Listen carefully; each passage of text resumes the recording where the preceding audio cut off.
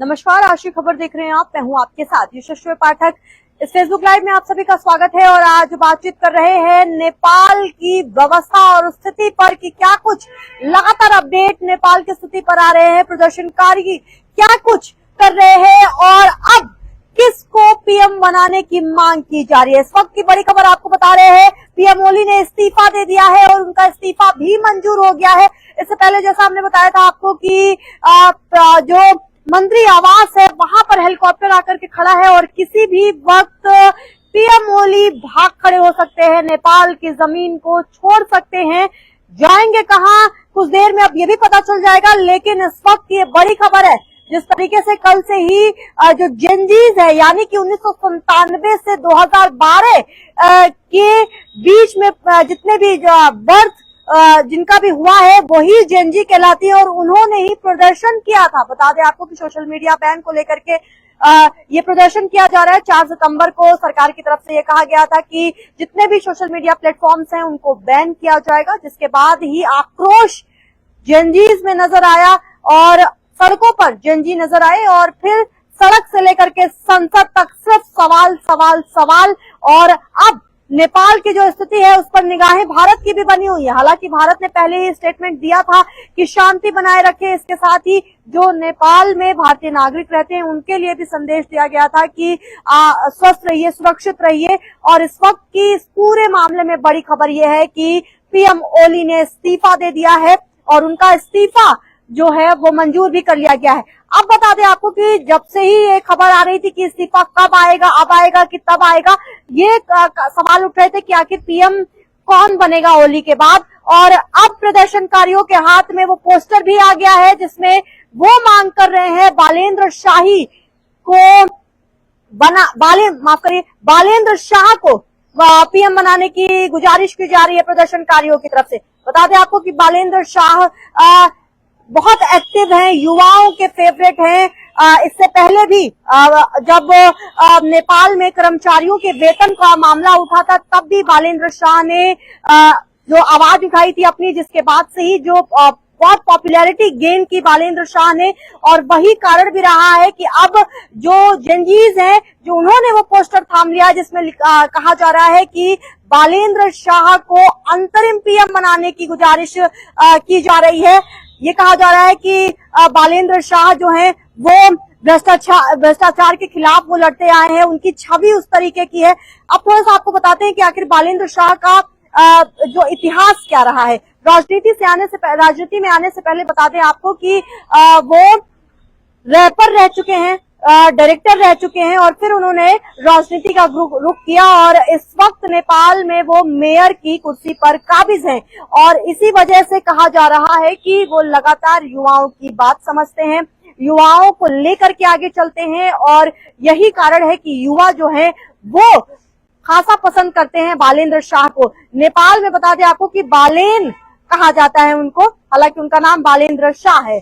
क्या लगता है, क्या बालेंद्र शाह कुर्सी संभालेंगे कि नहीं, क्या कुछ होगा, ये तो आने वाला वक्त बताएगा। लेकिन उससे पहले बता दें आपको कि बालेंद्र शाह ने और जो पीएम ओली, जो एक्स प्राइम मिनिस्टर नेपाल के रहे हैं ओली, उनके बीच में ये टकराव पुरानी है, ये नया नहीं है। इससे पहले भी वेतन का मामला आया था तो फिर उन्होंने दो टूक में बात की थी एक्स पीएम ओली से। उन्होंने कहा था कि हम लड़ने के लिए तैयार हैं जब तक कर्मचारियों के वेतन नहीं मिलेंगे। और फिर यही कारण है कि दोबारा जब जेनजीज का मामला सामने आया नेपाल में, जब अनिश्चितकाल के लिए जब कर्फ्यू लग गया, लगातार समर्थन दिया जा रहा था बालेंद्र शाह की तरफ से इन प्रदर्शनकारियों को, जेनजीज को, युवाओं को, और वो खुद भी लगातार बने हुए थे। इसके साथ ही आपको बता दूं कि टाइम मैगजीन ने बालेंद्र शाह को 100 सबसे स्ट्रांग पर्सनैलिटी में जगह दी थी। जी हाँ, ये बड़ी खबर है। और बता दें आपको कि बालेंद्र शाह का इतिहास ये भी कहता है कि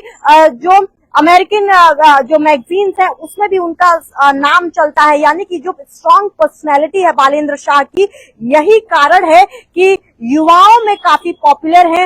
राजनीति से हटकर युवाओं की जो समझ है वो बालेंद्र शाह में बहुत ज्यादा बताई जाती है।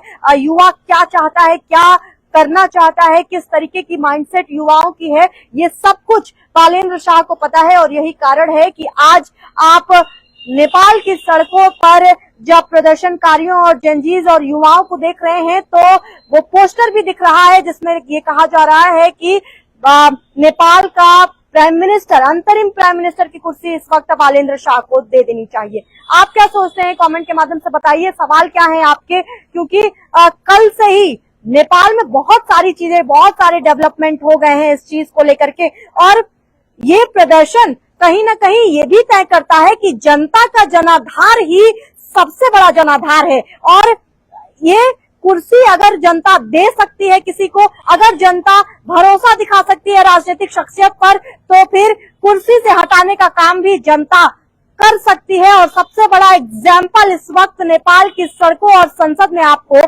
दिखाई दे रहा है कि जनता का जनाधार कितना ज्यादा जरूरी है, और वही अंतिम परिणाम भी है। क्योंकि जब जनता ने जनाधार दिया तो ओली प्राइम मिनिस्टर बने, और बता दें आपको कि दूसरी बार प्राइम मिनिस्टर बने हैं।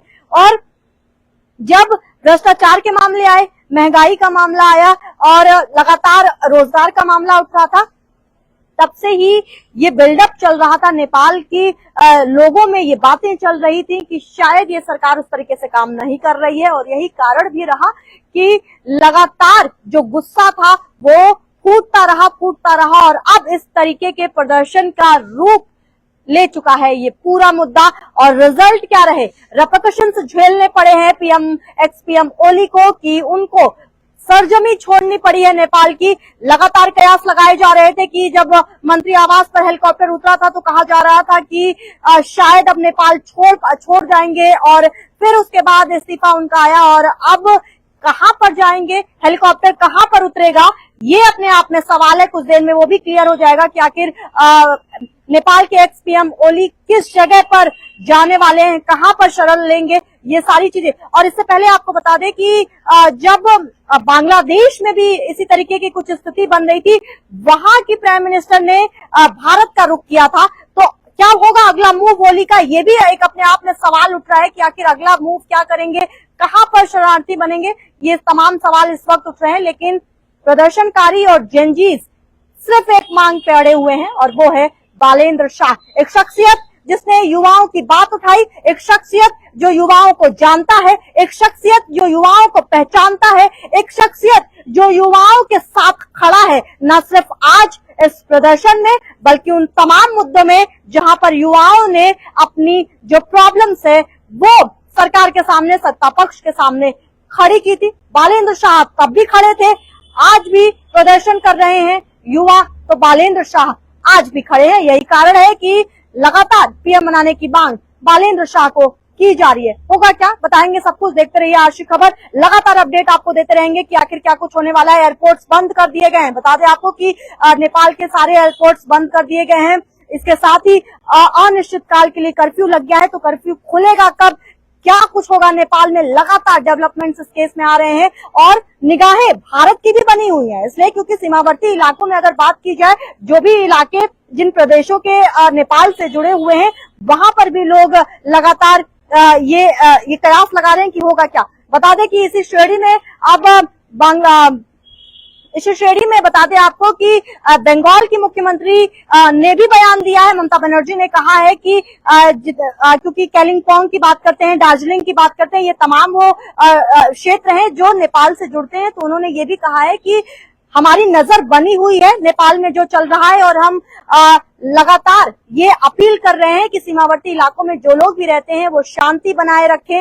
भारत लगातार देख रहा है, नजर बनाया हुआ है नेपाल पे। तो ये ममता बनर्जी का भी स्टेटमेंट आ चुका है। इसके साथ ही बता दें आपको कि एमईए ने भी स्टेटमेंट सुबह ही जारी कर दिया था जो वहां पे नागरिक हैं उनके लिए, और साथ ही उन्होंने ये आश्वासन दिया कि भारत की निगाहें नेपाल के सभी सड़कों, गलियों और संसद पर बनी हुई है। आप बताइए कमेंट के माध्यम से। देखते रहिए आज की खबर। मैं थी आपके साथ यशस्वी पाठक। इस फेसबुक लाइव में जुड़ने के लिए बहुत शुक्रिया।